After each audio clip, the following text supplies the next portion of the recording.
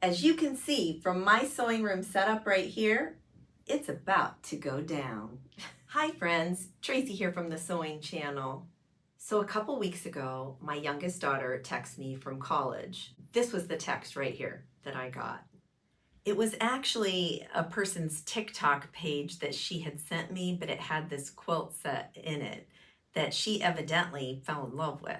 Right after she sent me that TikTok, it said, "Can you make me this quilt set?" And you know, I looked at the picture and I'm like, yes. She has no idea that I'm actually really making this quilt for her. It became a priority in my life to make this quilt for my youngest daughter. So when she comes home from college next week, she's gonna have a brand new quilt waiting for her. And since I don't like to wait on things, I immediately went to the store, the Dollar Tree, the Dollar General, Joann Fabrics, Hobby Lobby, all of those places to find all the different fabrics in blues that I could find. I bought so many blue fabrics, I totally did not use anywhere near the amount that I bought. I will share with you at the end all of the fabrics that I bought for this quilt that I did not use. I have so much to share with you in today's video. We've got viewer supporter shout out, cut some fabric, press some fabric. We've got to put this quilt together. We have to troubleshoot a major problem with this quilt. It's all in today's video. I'm gonna get busy on this so it's ready for you at the end to see. I want to take a moment and just shout out a few of my newest supporters on Buy Me a Coffee. I am so grateful and thankful for all of your support, not only financially, but just by watching my videos, liking the videos, and even subscribing to my channel. It means a lot.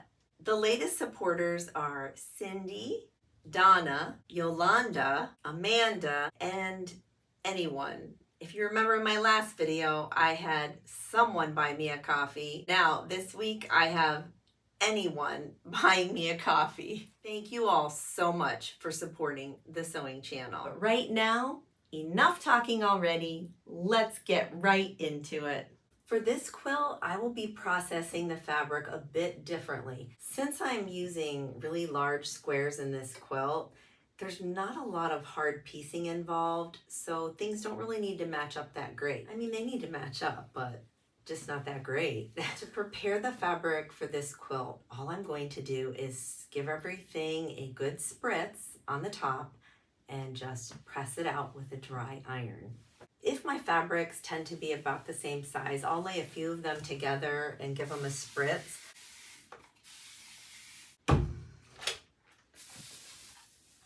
And then you'll just press over.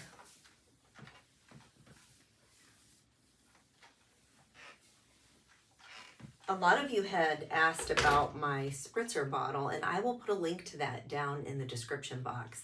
My mom actually put the Sewing Channel on the side of it, so it's kind of a unique bottle, but honestly, I just bought the clear bottle and she put the words on it, so. I'm still not sure yet if I'm going to use all of these fabrics that I bought. I had actually took a lot out that I'm not going to use.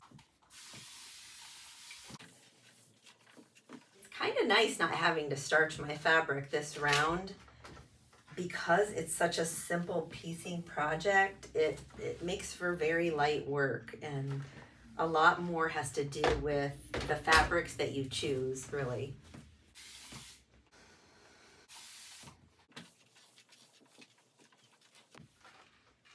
Fat quarters are not ideal for this type of quilt, only because I'm going to be cutting one giant square out of here, and I'm not sure if I'm going to be able to use the rest or not. So keep that in mind. Yardage is what you want here. Or if you want to make a smaller cut, that's fine too. But the one that I'm replicating, I believe, is a 12.5-inch square.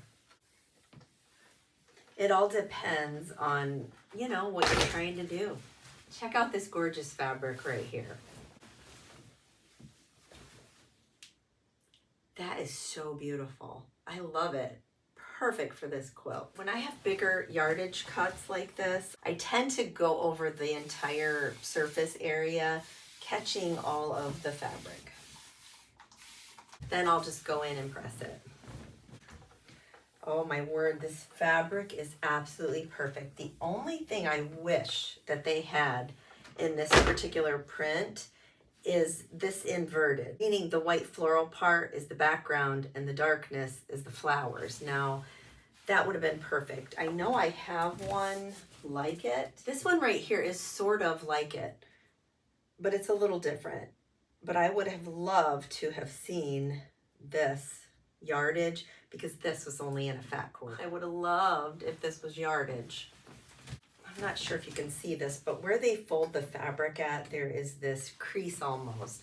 I pay particular attention to that crease and wet that because that one is going to be the hardest one to get flat.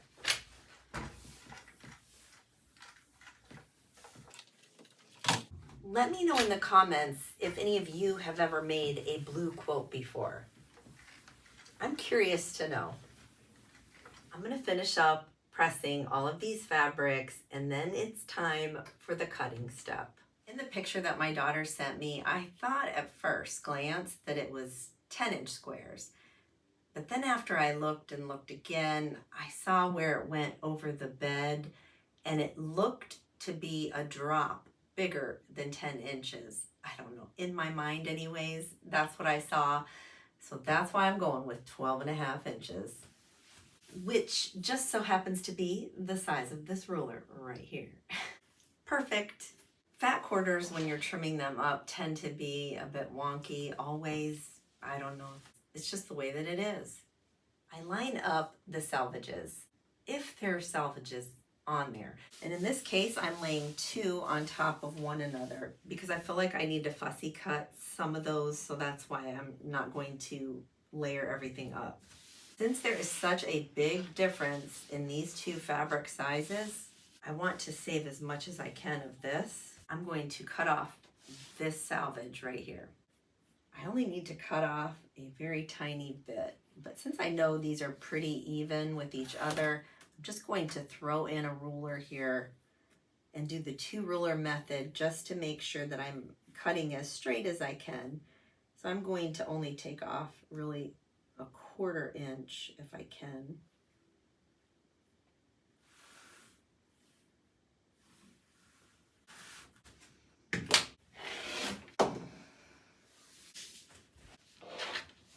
Now I'm going to turn it to the straightest part that I just cut. I know that's straight.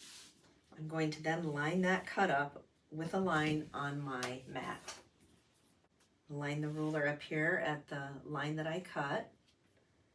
If I line that up, you can just see here how a little bit wonky those edges are, and I need to cut those off. So that's what we'll do. And then I'm just going to come across the top. I'm going to stop right there. I want to save as much of this pretty fabric that I can without cutting into that.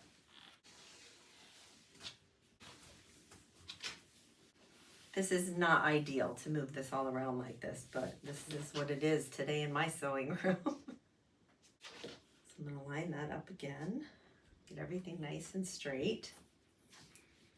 Lay my ruler down. Check all the edges.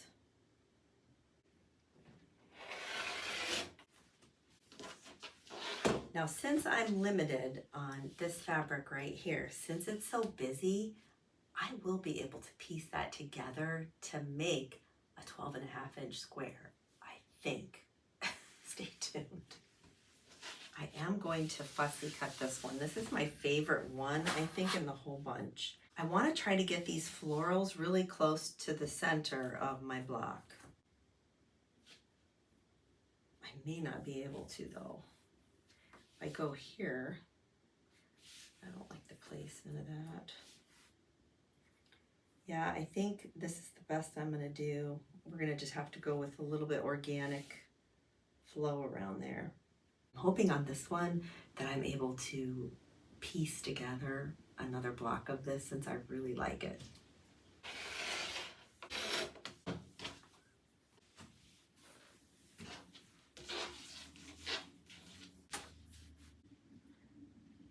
line up along this edge here and trim the rest. Oh, I love this fabric. So let me show you on the yardage how I cut it. Since this one is sort of busy, I am going to just fold it. How many I get? Oh yeah. So if I fold it once and then twice, line everything up really good, I'm going to be able to get 4 squares out of this, and I believe that's probably about the max as far as a duplicate that I want in here. So I'm just going to lay it over this and just simply cut out 4. Actually, I think I'm going to cut the salvage out first and then go for it.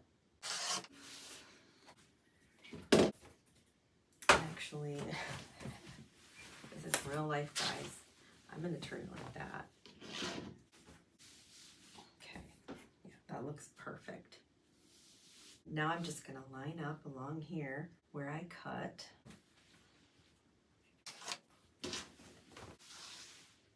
Oh, look at these pretty blue strips. Ooh, I like those. You know where those are going? Right in the scrap bin. Just what I need, right? More scraps. If any of you are wondering, this is my Martelli cutter. It's ergonomic to fit your hand if you have arthritis or anything like that. It was a game changer in my sewing room. Also, my blade is 60 millimeters. It covers a lot more surface area quicker. I love my 60 millimeter rotary cutter. I will definitely put links down below. You'll want to use my Martelli links. I am an affiliate with Martelli. Definitely use my link below if you want to purchase one of these. And more scraps for the scrap bin. And look at these 4 beautiful blue squares. Love, love. I'm so glad that I went with the 12.5. Oh my word. I at first cut a few mock-ups in 10, and I'm so glad that I realized that it was not 10 inches, that it was 12 or 12.5. Oh, these are so beautiful. So that's how I'm going to cut up my yardage for this quilt. Now on to the next step. Once I had all of my 12.5-inch blocks all cut out, then it was time to put them up on my design wall. My blocks kept falling off of my design wall only because I recently just bought a brand new flannel and I threw it up there without washing and drying it. They say if you wash it and dry it without like any bounce or downy or anything like that, that will help your fabric stick. So there's a tip for you. Before they all fell down though, I did take a snapshot with my phone. So I had to utilize a bunch of pins and just pin it up everywhere, and I didn't like doing that, so I'm definitely going to be washing and drying that flannel. I went 6 across and 7 down. Love how it turned out. At the end, I will share with you all of the fabrics that I did not use. There was a lot of them. The next step for me was to make really big 4 patches with all of these squares. Now, granted, when you get down to the bottom, you will just have one long row to attach onto the rest of the quilt because it's not an even 4-patch number. And that's okay. So let me show you how I connect everything together and exactly how I press these. So right here, I'm going to take this one and put them right sides together, bring them down, and line everything up really good. Can I be honest with you here? I'm totally not going to pin this.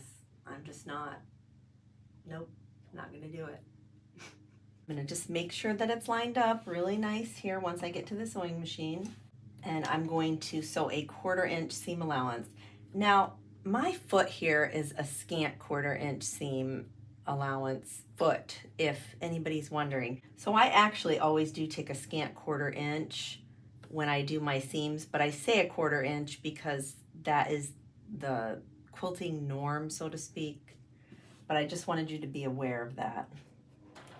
I do always backstitch. I don't care what they say, I backstitch everything.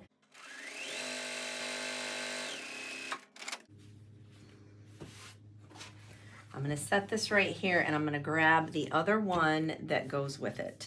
So these are the next two. And I sort of did put them like dark, light, light, dark. So they kind of contrasted each other. Again, I'm just gonna line these up. I'm not going to pin. I'm gonna backstitch. This is how they'll line up on my quilt. These two will be attached together. But the first thing I'm going to do is press these to the dark side. Oh, that's not the dark side. Sorry. Flip it over here. For this one, I'm gonna press it over to the dark side as well. Whatever I deemed as dark when I put it up on my design wall, that is how we're going to press it. I just have to be careful because in a couple of the blocks, I made this the dark one instead of the light. So that's the only difference. On some prints, you can use the fabric as light or dark depending on what you're doing. And since I didn't have a lot of lights, I had to make do with what I had.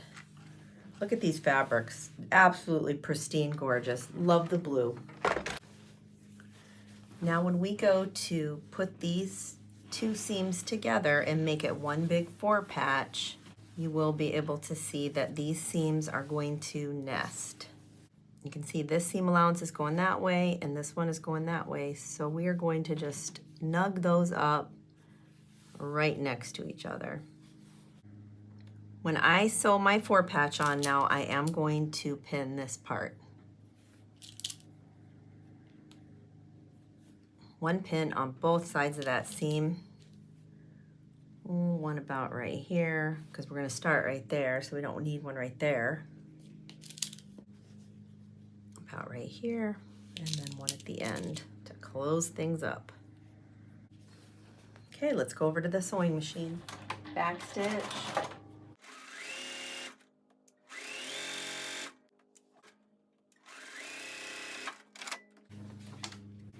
Now for this seam, we're going to press it a little differently. Open everything up so that the back is all open to you here. This seam, I'm going to press open. Now, why would I do that? I don't know, because that's how I want to do it.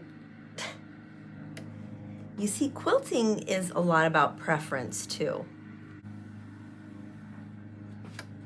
I am going to give it a spritz though, because this water right here will just help to loosen up this seam.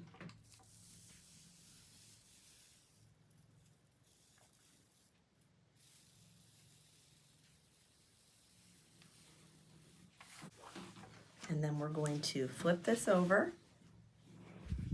So by pinning that, I am dead on in the center, but if you're off a little bit, no worries. Once we free motion quilt this entire quilt, you are not even going to see anything that's off.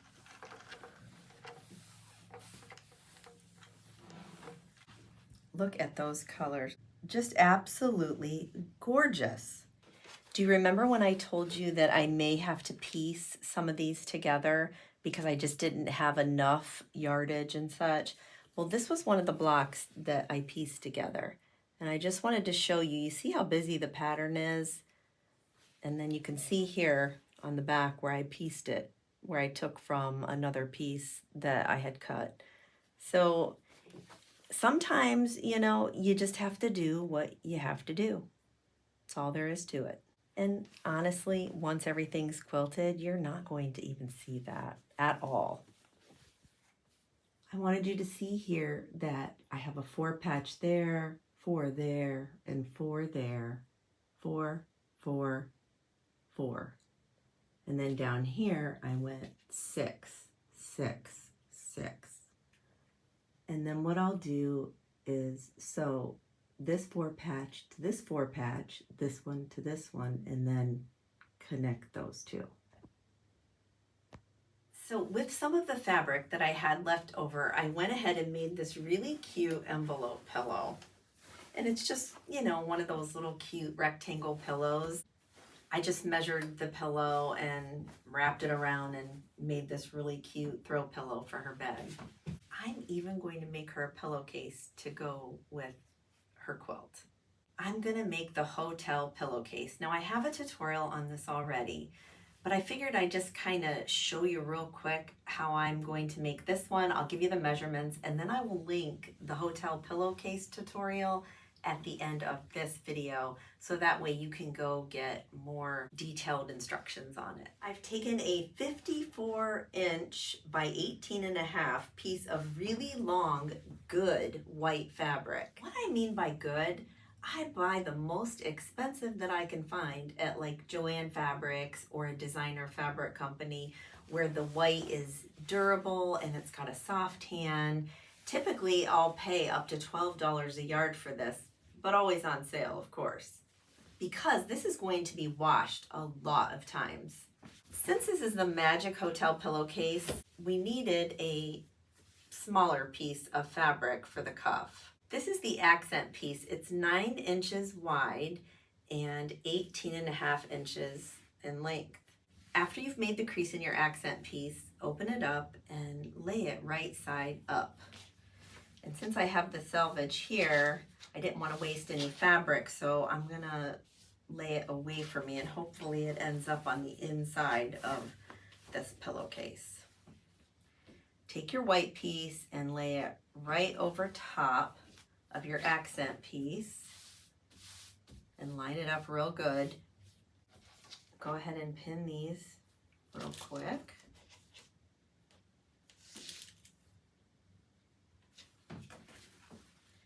Take all this and kind of roll it up, the white only, exposing this right here. Then you'll take this piece and you will lift it up to meet the edge of the other fabrics. Unpin and pin.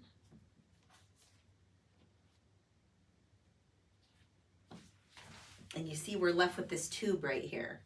You're going to take and sew a 1/4 inch all the way down. Once you have that all sewn up, then you're going to just pull this out. It's actually called the burrito roll-up method, if anybody's curious. But there's something special about this pillowcase that makes it a Magic Hotel pillowcase. We'll get to that. So just tug on this and get this out of that tube, turning it all right side out.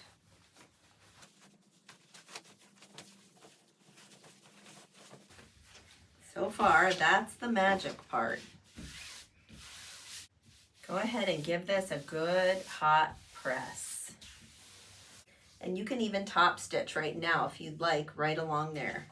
You should have this really big, long white piece with this accent attached to it. So you can see here this big, long piece. This is the wrong side right here. So on this very end, I want to fold toward the wrong side, about a 1/4 inch, and then fold a 1/4 inch again and sew a top stitch all the way down there. So you can see there I've hemmed that entire edge and it's nicely tucked in. Nothing's going to fray. We are going to just put it together just like we would if it was already sewn. So you're going to take this flap right here and fold it in a little bit and flip it like so until you get about 24.5 to 24.25 inches in length. If you haven't guessed it yet, the flap is for the pillow so it doesn't come out. The fold over is approximately 7 3/4. So if I were to turn this like this, it's looking at us right side up. I fold this back like so, 7 3/4 folded in after we've made that hem. And then you're going to pin it along here and pin it along here. So a 1/4 inch all the way down one side and down the other, and then we're going to bring it back here and flip it wrong side out and sew that French seam up. I'm going to cut off the raw edges just before I am hitting the seam. You would just want to make sure that you don't hit the seam. But I just want the bulk to be out of there when we do the French seam.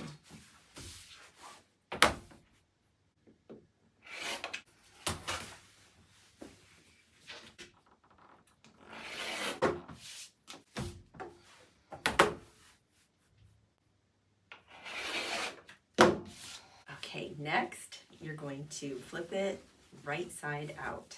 Or I'm sorry, flip it wrong side out. So now I have it wrong side out. And this is what I want to share with you. You know you have it right if when you turn it wrong side out, you now have this flap kind of looks like this. It's on the outside. And then this was that selvage right there. I can see that that was the inside of my pillowcase.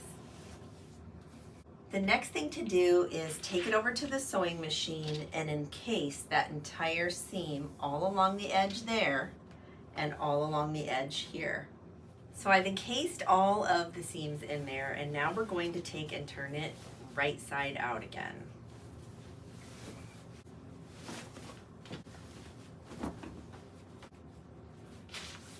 And you can see here, what a pretty pillowcase, right? And in here is that flap. Now I did make the flap extra long this time as opposed to the one I did in my first video. I felt like I needed a little bit more coverage on the inside. Even though it still kept the pillow in there, I feel like the longer size is better. So let's pop a pillow in here and see what it looks like.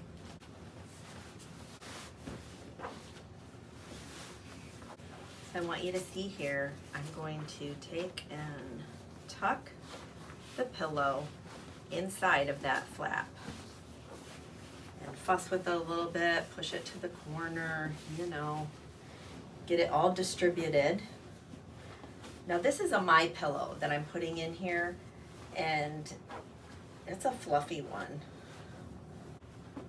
The My Pillow is the one I know my daughter is going to be using because that's the one she has at college right now. So when she brings that back home with her, it'll end up fitting. But this is just an extra one here that I have to make sure that it fits. What I want you to see here is that this pillow is not going anywhere. It's not coming out of there. No way. Go ahead and you can see right there. It's in there. It's nice and snug.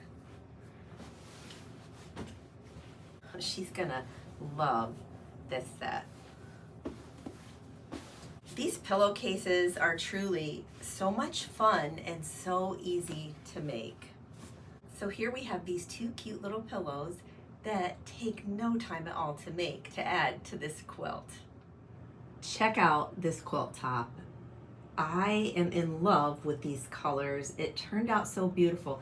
You can't even tell, or can you maybe, I don't know, that this right here is all a hodgepodge of different fabrics from all over my town. It's amazing. I love it. Oh, so beautiful and so fresh looking too. If you've never seen my channel before or watched any of my videos, then you probably don't know.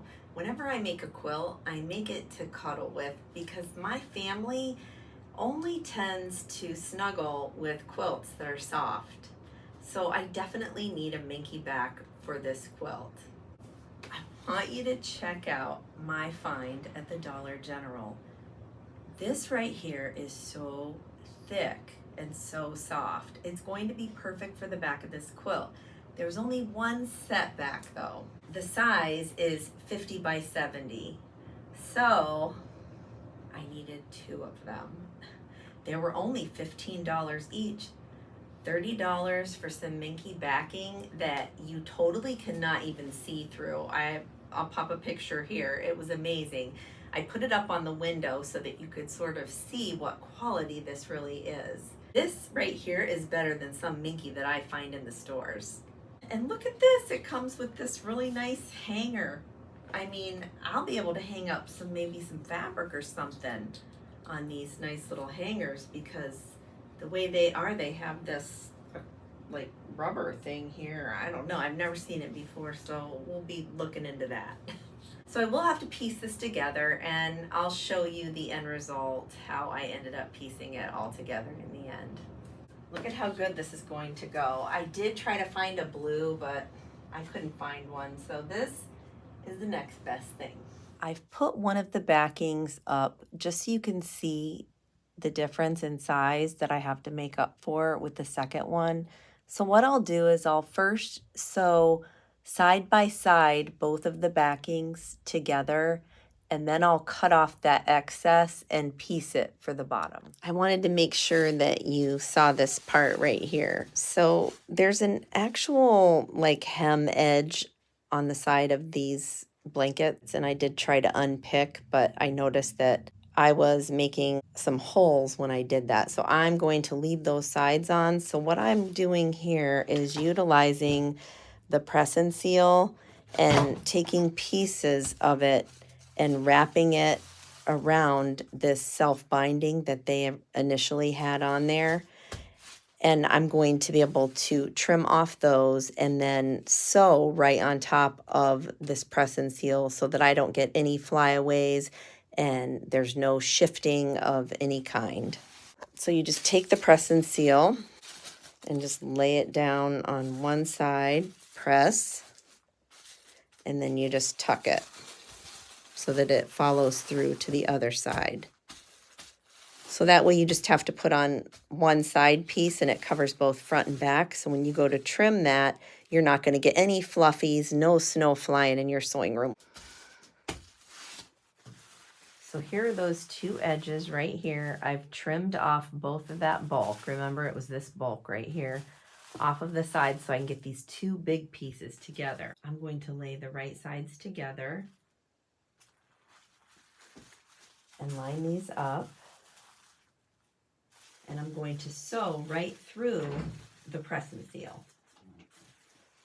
It's kind of a pain to get all of the press and seal out of the stitching, but it's worth it because nothing is going to be skewed and you're going to have a nice clean stitch all the way down.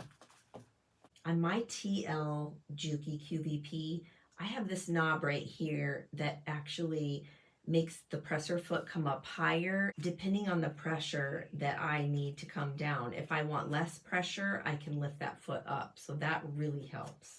And right now I have it in an up position just because I want to be able to hit all these layers nicely. Just move through it nice and slow. You don't want to go fast when you're dealing with Minky, because once something gets off a little bit and you got to go in and unpick, that's when you get holes in Minky and it's horrible. I wanted to show you what I was doing on this step right here. So this is the inside of where I connected the two plush blankets together. I've already taken the press and seal off of the right side of the fabric, but now I've left the inside on there. Open this from the inside and stitch all the way down one side and then come back and stitch all the way down the other side. And that will just help secure this seam even more and keep those seams flat so there's no bulk when the quilt is in use. I'm going to take my needle nose forceps here and spread that open and then sew down the one side. If you've been quilting for any amount of time, then you know that problems arise. When problems arise, what do? We have to pivot, which means we have to be flexible enough to adjust what we're doing. And that's what I had to do with this quilt. My two Minky blankets was not enough for the size quilt top that I had. So I ended up having to cut off 4 inches all the way around.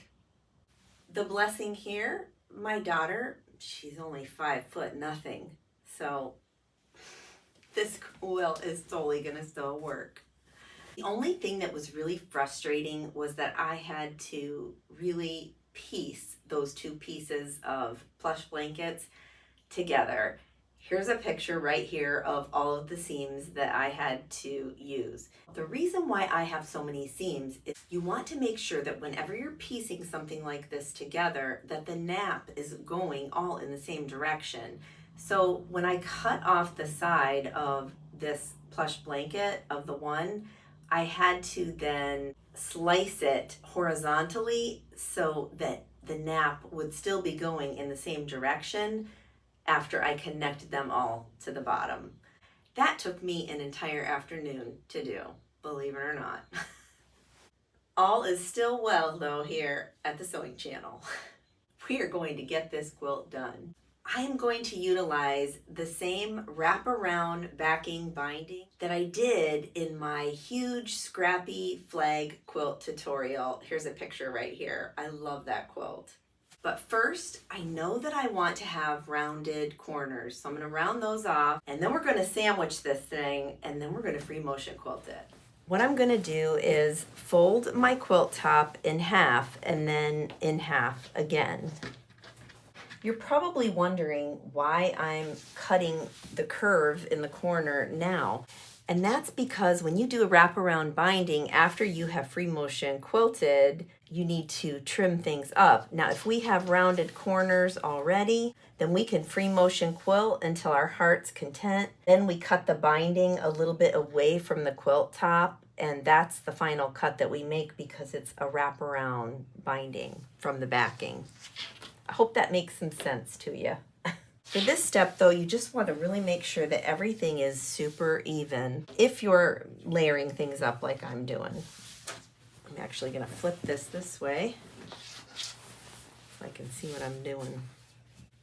So all my layers are nice. And you can see here that I've stay stitched around my entire quilt top as well because we don't want these coming undone. So from corner to corner is how I'm going to work. I'm going to come off, and it's just going to be a slight curve right there. I'm going to get one of my bowls just to make sure I'm really even. Okay, I've got my trusty Pyrex bowl. It's nice and round.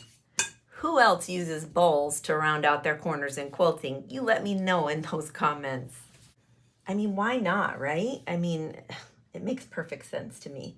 And this one right here is very old. See the dots on the Pyrex right there? Whenever you see those dots raised like that, you know that you have a really super old one, like one of the first ones. Make sure you have the same amount, you know, away from each other, and just with a heat erasable pen or something similar.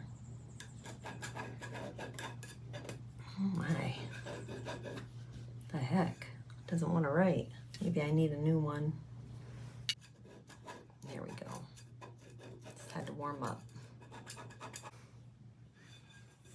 And you can see there, that curve is perfect. And there you have it.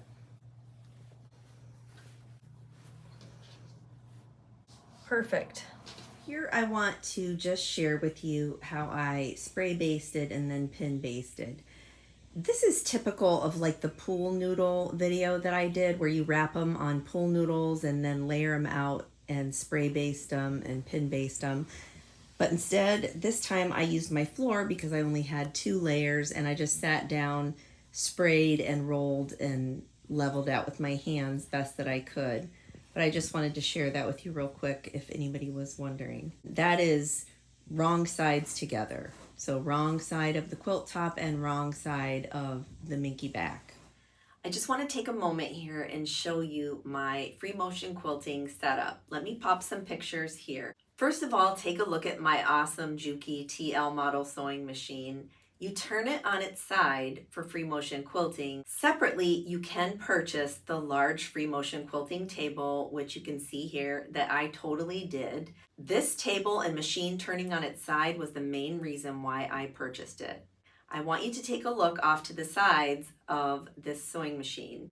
After I turn it on its side, you can see a clip and a rope sort of coming from both the left and the right. This right here helps me with the drag and the pulling when free motion quilting. Let me show you. I want you to take notice, hopefully you can see. I want you to look on both sides here. So when I'm moving this back and forth, I want you to notice this is swaying back and forth. If I didn't have that controlled, it would cause pulling and dragging and make those tiny stitches that are so annoying. I am a Juki Junkies affiliate and proud of it.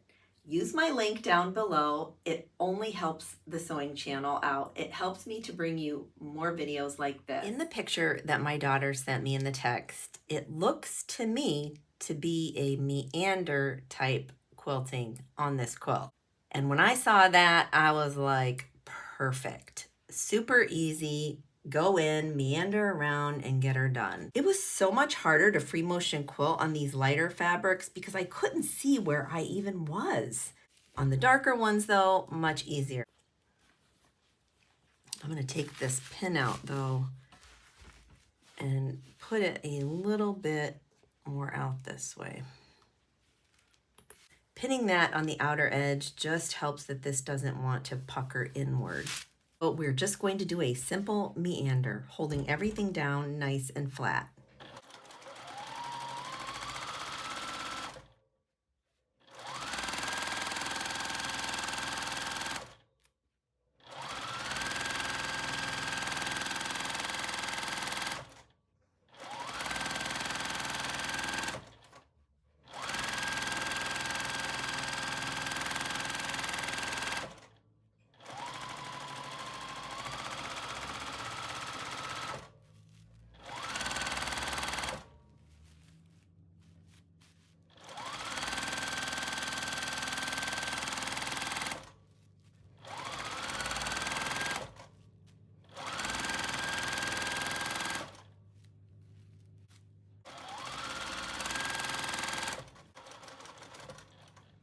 There you go, a simple meander. Got my compensating presser foot on right here where it has that chunky edge here.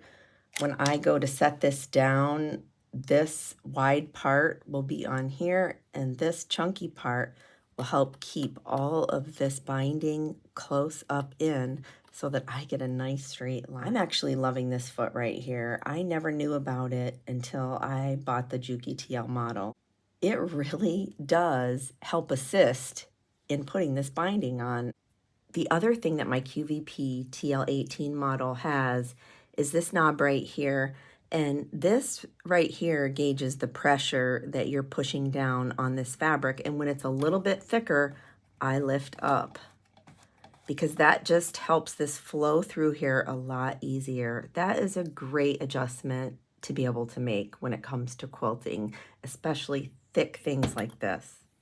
So you can see here the edge, I've just folded this over. Now this will get all trimmed later, but right now I just want to get this binding all the way around at 1/4 inch. This right here gauges exactly 1/4 inch. Back stitch. Make sure that that's lined up real nice right up to the edge of that fabric. Just go nice and easy. Look at how nice that just flows through there. Nothing is stopping my fabric from going through it all. This machine is truly amazing when it comes to quilting. I don't know why more people don't do rounded corners. They're so much easier to bind than square corners.